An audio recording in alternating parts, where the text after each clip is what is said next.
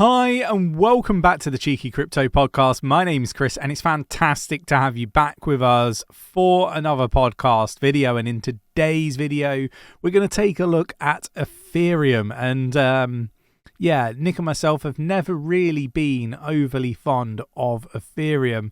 And I'm going to dig into what I believe to be some really concerning things that I think people should be made aware of. You may have missed it, you may not have, but there's an awful lot to uncover in this video.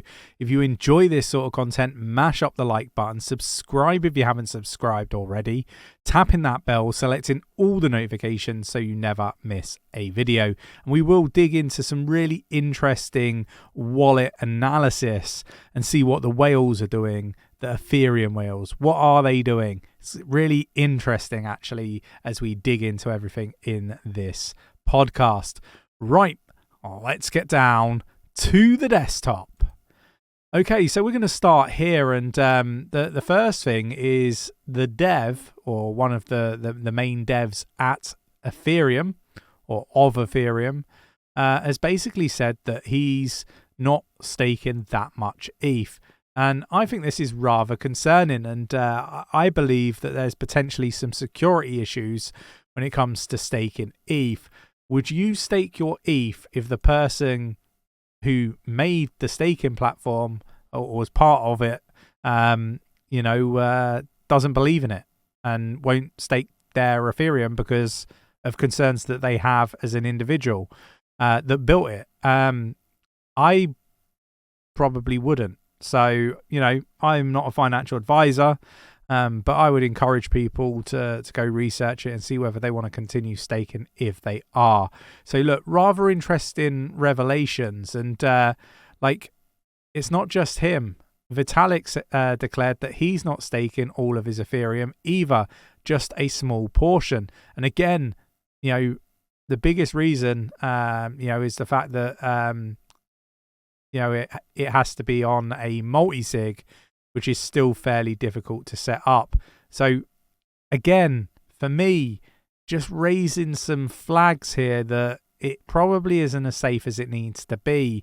Certainly not safe enough for the devs and the CEO, the founder of Ethereum, to put their ETH where their, technical abilities lie. Rather interesting, right? And we have seen Charles Hoskinson have a little bit of a dig at Ethereum as well. But it's not only that concerns me, right? That is something that concerns me an awful lot. Don't get me wrong. I think safety should be a huge priority for any developer in the space, right? I think that it should be safety followed by customer experience, and I don't think that Ethereum really ticks any of those boxes. And I think long term it's going to do poorly. I think that there's a little bit of hype, and there might be some big investment from institutions early on, but I don't see ETH in the future as being like the number one, the number two, or even the number three blockchain by market cap. I really just don't think that is going to be the case. And look, I'm probably going to have a few people snipping this particular video, calling me all sorts under the sun, but we're not often wrong, and there's always a first time for a big mistake to happen when it comes to calls like this. But ultimately, I really truly believe what I'm saying. I think that if the devs aren't, confident enough to stake their own ETH in their own skill set, like what they're actually developing, then that speaks volumes to me. But like I say, there's also concerning talks around, the importance of decentralization. And, again, a dev here is saying maybe decentralization is only a bootstrapping mechanism to gain credible neutrality. And, basically, it's just needed for memes, and goes on to suggest that actually, Ethereum might go centralized and they're okay with that, but only once they're victorious and they're $100 trillion market cap. And Yeah, look, rather interesting revelations coming out from Ethereum. I've never really liked the fact that, the foundation sells at the top of most of these cycles and sells on the holders of Ethereum. They don't give a rat's arse about their community, and I think that is rather concerning, because if they did give a shit about their community and the people using Ethereum rather than being self-centered, and this is just my opinion, they would be prioritizing safety. They'll be prioritizing, the customer experience and all that sort of stuff. And I don't really see that they've done that. Obviously, it's my opinion. You can let me know your thoughts and opinions in the comments below. But these are all the reasons why I think that long term, Ethereum's not going to be that really dominant player that it perhaps is today. Just my opinion. Really interested to get your views and opinions, so do let me know in the comments below. Ethereum founder 𝗕𝗘𝗪𝗔𝗡𝗧𝗏 says that he feels bad for Solana. The Ethereum co-founder feels bad about how Solana is being threatened by the US regulators. I mean, there's something going on between Ethereum and Solana, or the founder of Ethereum and Solana. Can't put my finger on it, but why are you feeling sorry for Solana? It makes no sense to me. I don't see him calling out that he feels sorry for any of the other altcoins impacted by, the same ordeal. I don't see him calling out Cardano and saying that, he feels sorry for them. I don't think he's I haven't heard him calling out Matic and saying that he's sorry for them. Why Solana? Interested. If somebody knows, do let me know in the comments below. It's, again, just something that, makes me think, what on earth is going on there? It just doesn't make sense. Is he a holder of Solana? Could quite possibly be.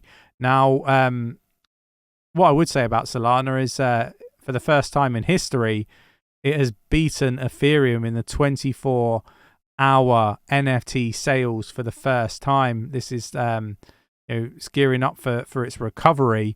And one thing that we haven't heard an awful lot about is downtime for Solana, the decentralized, most centralized altcoin out there that can just flick a switch and turn itself off when their shit code doesn't work. So look, rather interesting. And you see all the influencers from back in the last bear market, bull market, calling Solana as the next big thing, the ETH killer, and all this sort of garbage, really because big money was invested in it. The big smart money was invested in it. And Nick and myself got out. We rode it up because we kind of felt that it was going to do that, and we got out probably a little bit early, but ahead of most people, and highlighted all the shorting opportunities on Solana with everything that happened with FTX.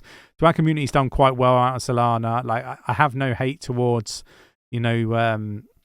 these projects. I just don't think that the leadership and teams have executed as I would like to see a team execute their project. I think that there's a lot of self-centered kind of thought processes rather than actually thinking about what the right thing is to do. It's just my opinion, but it's good to see Ethereum again losing traction in certain markets. NFTs for me is just again just another signal of where Ethereum is heading.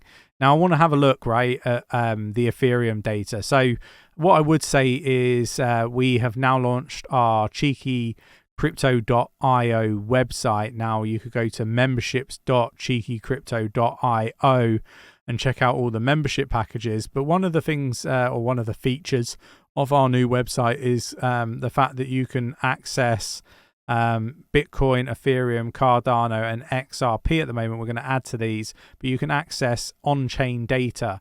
One of those things is the wallets, and we can see what the wallets are doing. Now, what I thought was really interesting about Ethereum and lines up with what I'm trying to warn people about is we are seeing big wallets or wallet holders of Ethereum. 100,000 plus is down 16.78% in the last 365 days. If we go over the last 180 days, that's down 9.16%. these are not pretty reading. So look, I think that there's a lot of early warning signs when it comes to Ethereum. They're ringing loud. But, you know, I'm not a financial advisor. You can treat this as educational purposes only. Go away, do your own research before making any investment decisions is kind of what I would say. And just know that, you know, investing in crypto is very risky and you risk losing all of your money. So, you know, never, you know, overinvest, and make sure that you're using good risk management. And we have courses, again, available as part of our membership packages on 𝗕𝗘𝗪𝗀𝗀.io. So go check it out. If you enjoyed today's video, mash up the like button, subscribe if you haven't subscribed already, tap in that bell, selecting all the notifications so you never miss a video, and I will catch you in the next one. Take care.